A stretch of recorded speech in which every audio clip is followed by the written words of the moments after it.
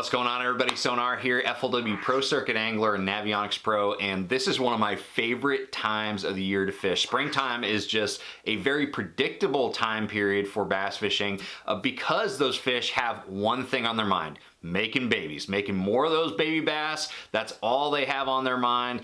And so I like to do a little bit of map research before I go to a lake to go find these spawning fish.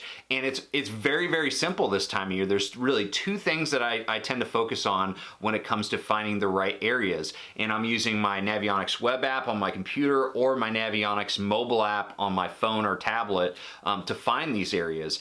And the first ingredient that I look for is more sloping contours. When the contour lines are further apart from each other, that means that you have more gradually sloping contours. It stays shallower for a longer period of time, and those are the type of areas that are a lot better for spawning habitat. On the other side of the spectrum, you have tighter packed contour lines, and that means that there's much steeper banks and it's not as suitable for spawning habitat. So that's the first thing I look for, is those sloping contour lines.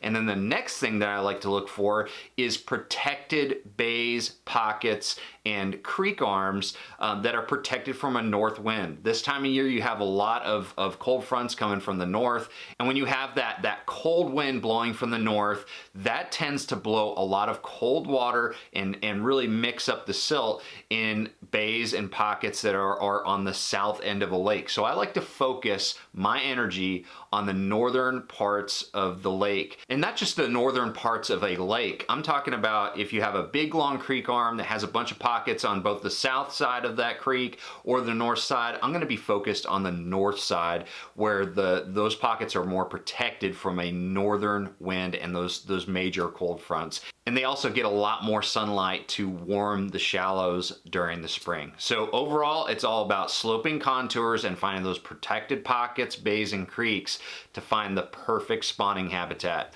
Hopefully this helps. I'll see you guys out on the water.